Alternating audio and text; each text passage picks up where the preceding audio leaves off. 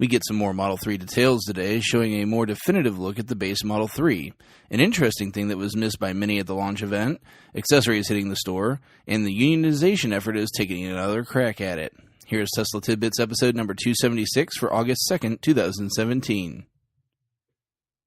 We start today with a Model 3 Owners Club tweet of the standard interior for Model 3 when you don't equip the premium package. This has been the source of some discussion on Twitter between you fine folks and myself, and now we're getting a more definitive answer. One of the first things I noticed was the premium package noting heated seats for all passengers, but not seeing the standard front seat heating we see on Model S and Model X in the standard package. Fear not, even the base version does keep heated seats for the driver and the front passenger. What it doesn't keep are power seats.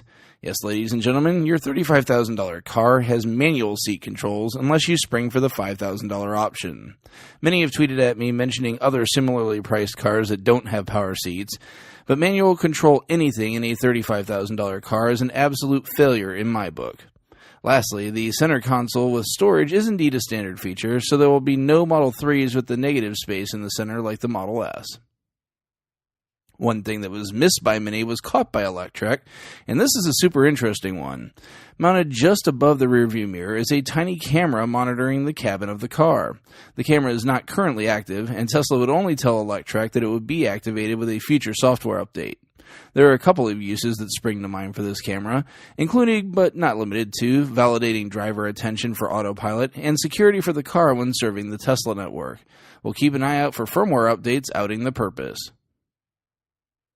Teslarati reports that the UAW is back at it again in Fremont. The latest is an open letter sent to the board of directors from a group calling themselves the Tesla Workers Organizing Committee, which was also published in full to the fairfuture@tesla.org website.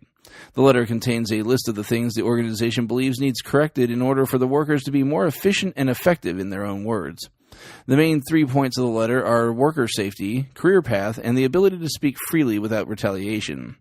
Career path seems to be the new one, where the letter says, quote, "There are no guidelines for what is expected of us or what defines success. Many of us have worked hard for years with the vague promise of a raise to no end.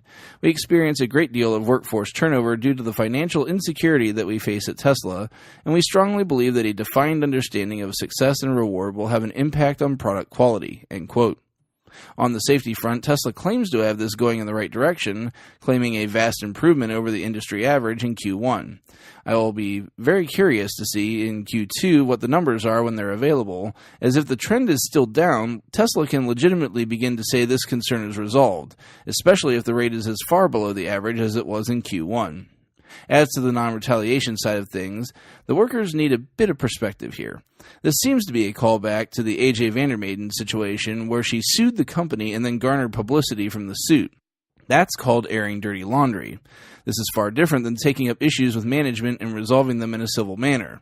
I'm not sure you'd find a company in the country that would have handled this any differently, especially after hiring an independent third party to review the information, which found the company in the right. I'll continue to bring you the union drama as it unfolds. And then lastly tonight, Teslarati tells us that Model 3 accessories have hit the Tesla store.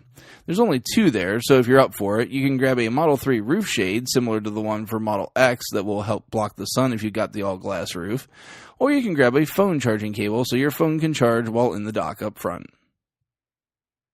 You can find the links to today's full stories in the show description. This show operates on a value-for-value model. If you get some value out of what I bring you each day, please consider giving a little value back at patreon.com/Tesla Tidbits. Thanks so much to my super patrons, John Waltower, Drew Schuyler, John Waller, Mark and Sarah Thomas, Ryan Scarborough, Lee Sweet, William Henry Crew III, Dory and Steve Guberman, and Bruno Quindici. If you have no extra cash available, it's cool. Please show your love with positive feedback and subscriptions on YouTube, Apple Podcasts, and other services across the internet, or keep the show referral code in mind if you're in the market for a new Tesla. That code is ts.la/JON4602, and it'll get you $1,000 off the car and free supercharging for the life of the vehicle. Quick show note here, I'm heading out of town minus my wife tomorrow. That means I have to battle her for the laptop I do recording on. I'll keep you updated on whether or not I win. Fingers crossed. That's it for tonight. If you have feedback for me, the best way to be heard is to tweet at Tesla Tidbits. I'll hopefully see you back here again tomorrow. Until then, keep it charged and hit the road.